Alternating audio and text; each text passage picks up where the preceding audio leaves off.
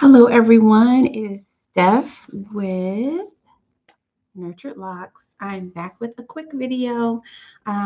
So I am actually gonna finish my makeup while I'm on here, but I just rinsed my 7-year-old locks, and I wanted you to see them right after the rinse. They are still wet, even though they're not transferring onto my shirt. Well, there we go. Some okay. It is a little bit, but yeah, I just did a water rinse. I didn't use any product at all. And I'll get up in a minute and let you guys see, but I'm about to go somewhere. So let me finish my makeup real quick. So while we're on here, um, I just like to reiterate in every video that I am basically a lazy freeform locker. Like I'm so lazy with my hair, especially nowadays. Like, after and you probably noticed even with my videos, like after year 3, like I just got busy with everything else in my life and, you know, paying a lot of attention to my hair just was not one, it just was not a priority. So, but it still thrived, it still flourished. So you don't have to put a lot of time and effort into your hair, into natural hair or locks, you know, especially locks. I was lazy with natural hair too, which is why I went ahead and locked my hair. Um, it was basically like I would put my natural hair in a style, and usually it was two strand twist. Like for the last year or two before I locked my hair, I was just wearing my natural hair in twists.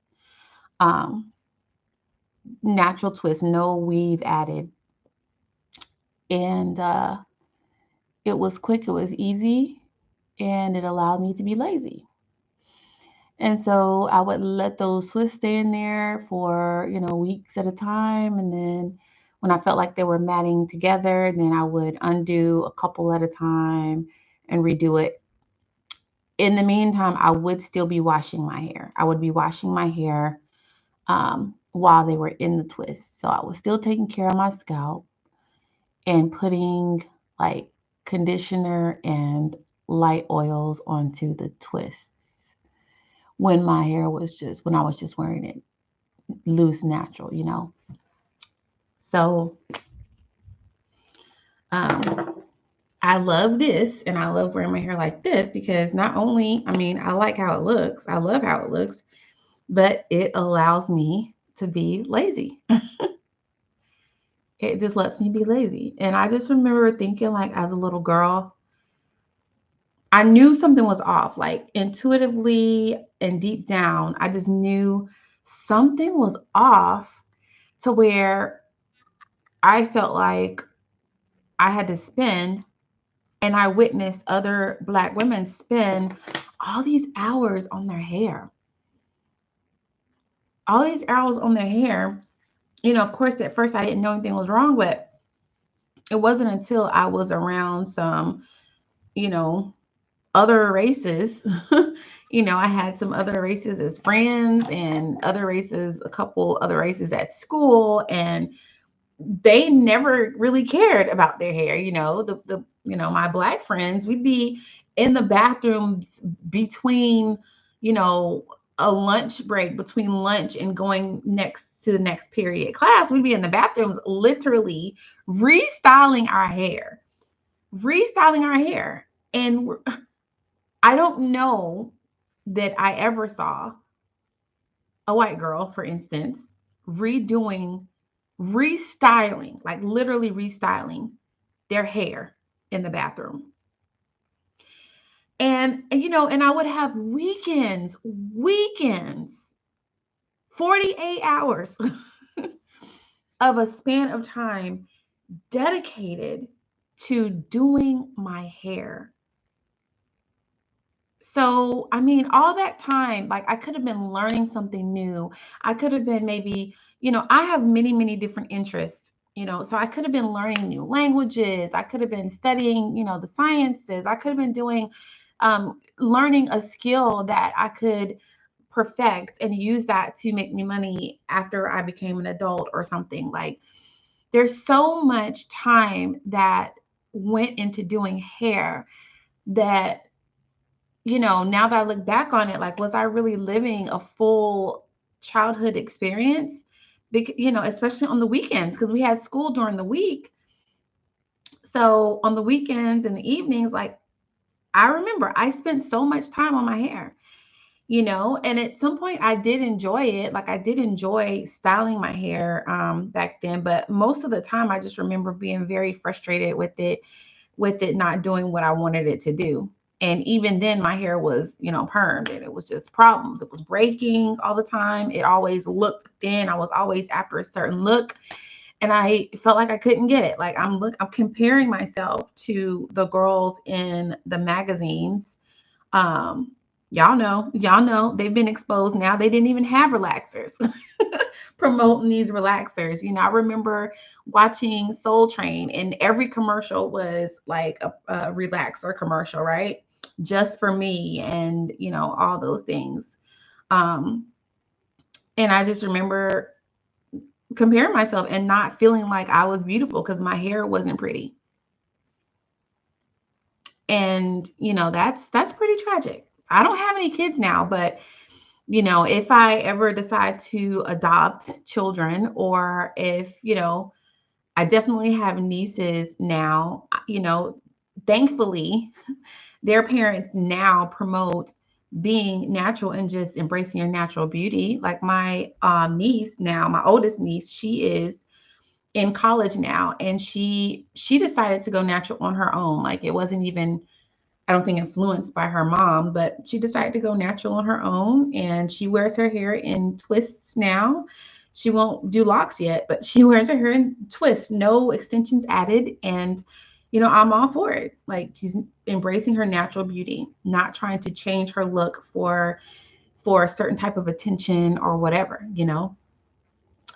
But okay, so actually, let y'all see what I came here for. I'm getting off on tangents here. But this is my hair freshly rinsed with water. Just with water. Just with water. Okay, so this is what I like to do. In between my shampoos, I will shampoo, once a month, 4, 5, 6 weeks or whatever in the winter time. Um, I'll do a shampoo with water. I'll shampoo and really get into cleaning my scalp, like really thoroughly, and focusing on cleansing my scalp with shampoo. And over the last 2 years, I've been using Garnier Fructis. It's clear, it suds pretty well, and it does not dry my hair out. It does not dry my hair out. And I didn't know that there really was a difference when I was using it. I was just thinking, okay, great, another clear shampoo. It smells good. I like it. We'll use it. But I ventured off one time. I ventured off one time and regretted it instantly. I ventured off and I bought Paul Mitchell tea tree shampoo. I like the smell of tea tree. So I was, and I was wanting that tingly feel on my scalp. So I thought that'd be great. But as soon as I put it in my hair, I knew it was a mistake. My hair felt so, and I started at the scalp. My hair, I even diluted it. And my scalp and my hair felt instantly like straw, like pine straw at the roots. And I was like, oh my gosh, now I have to rinse this out of my hair. And so I go and I'm rinsing it out. And as it's going down my strands, it's like instantly all my strands just started feeling like straw. And I was like, oh my gosh, I got to get this stuff out of my hair. I'm never using it again. So after that experience, I went back to my Garnier Fructis, and that's just what I'm sticking with. Garnier Fructis is good. Um, Avalon Organics lemon scented. Well, I guess it doesn't have to be lemon scented, but that's the only one I tried. Avalon Organics clear shampoo is good, really good. They do not dry your strands out. And that's is super important for me because I don't put oils in my hair. I don't put oils on my hair. I don't use conditioner. I don't do anything. I use water and shampoo. I don't even use rose water anymore, y'all. And that it's been at least a year and a half, almost 2 years since I've used rose water. Um, so yeah. So anyway, let me get back to the childhood thing and the embracing the natural hair. Like, it's super important to do that, you guys. Like, I guess I didn't know the psychological toll that it took on me. I didn't know until after I locked my hair, honestly, because I had my natural hair since 2004. So this was before it was right when it was beginning to become a trend. Actually, no, it was before the trend. It was before the trend. But after I went natural, and that wasn't really by choice, I just had to because my hair was breaking off. Um, and I started wearing my natural hair, and I actually didn't start wearing it out in public right away. Like, I was covering it up with wigs, and when it grew out long enough, braids, and twists. Um, I didn't realize the psychological effect it had on me until I locked my hair because um, I felt, hmm, I felt a, this sounds so deep, but I don't know if it was that deep. In my mind, it wasn't. I felt called to just wear it natural, like just wear it. Because I could have easily, worn wigs over my locks. And occasionally I did, once in a blue moon after 3 months of wearing my locks, my two-strand twists before they became locks. I would put on a wig here and there. But honestly, you guys, I would wear it for like a day and then it's like I'm over it.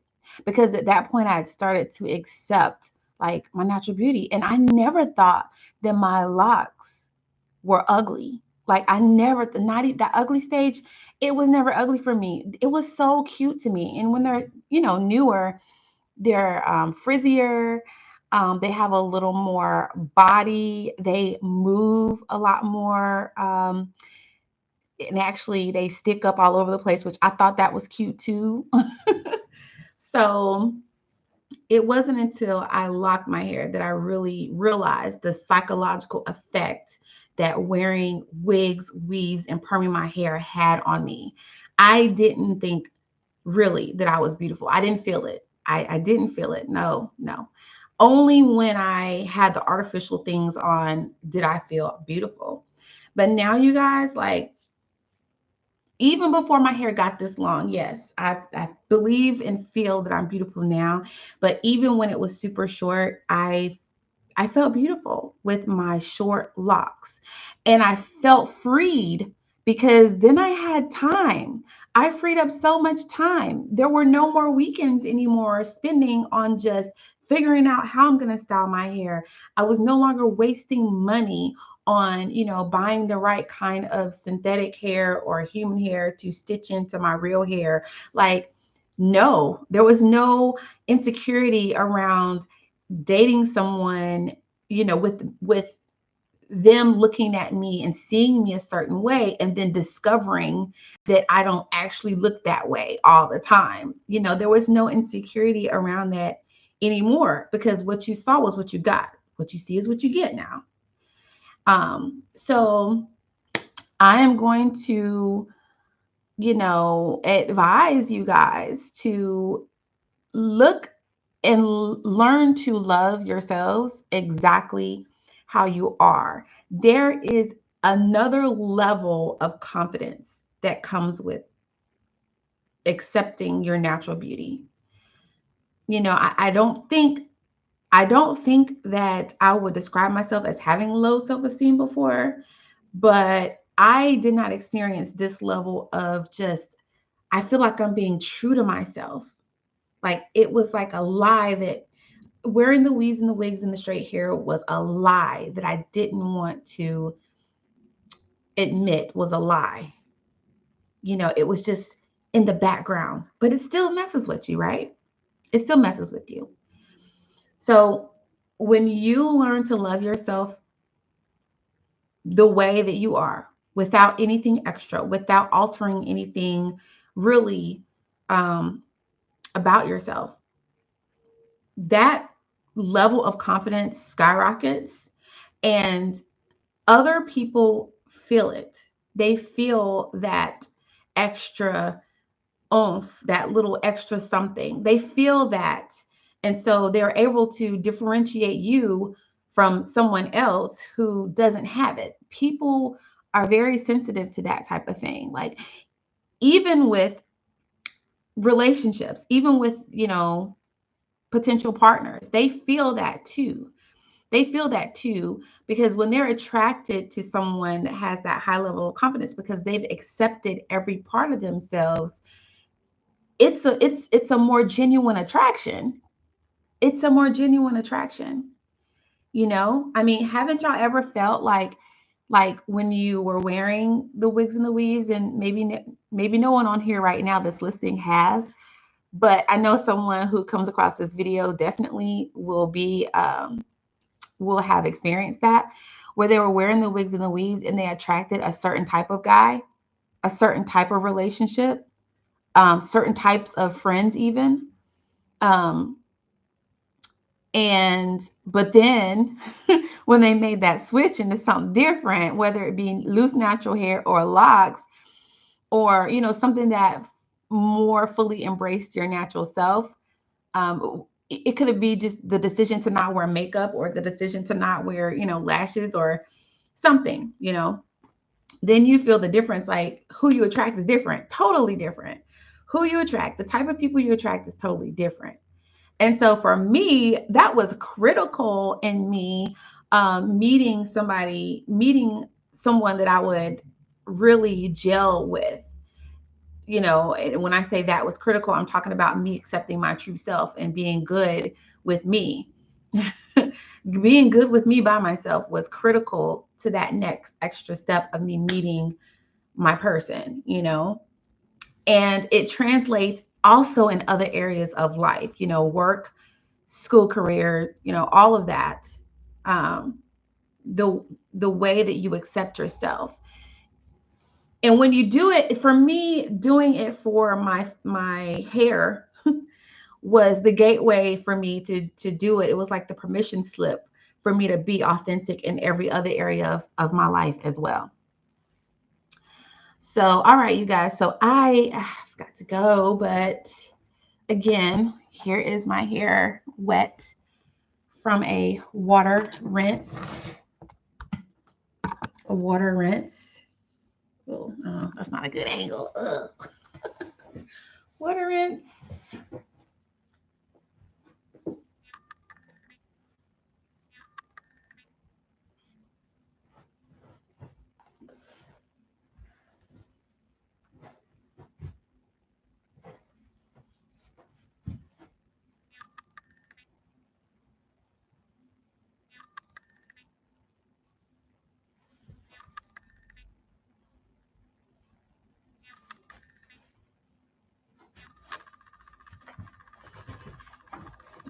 Oops.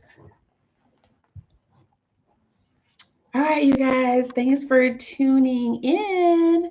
And I will see you on the next video. Bye.